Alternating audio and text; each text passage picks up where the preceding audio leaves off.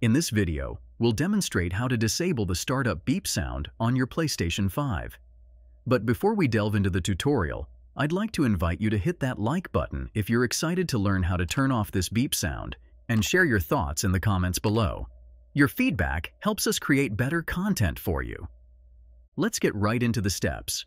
From the home screen, navigate up to the top and access Settings. Scroll down to System. On this screen, you'll find an option labeled Beep Sound.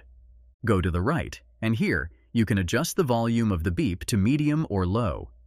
Next, you'll see the option to Mute Beep Sound, which silences the startup beep when turning the PS5 on or off, or when putting it into rest mode.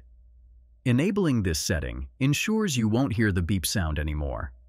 The beep sound can be useful in certain situations, like accessing safe mode menus, but for regular usage, muting it might be more preferable.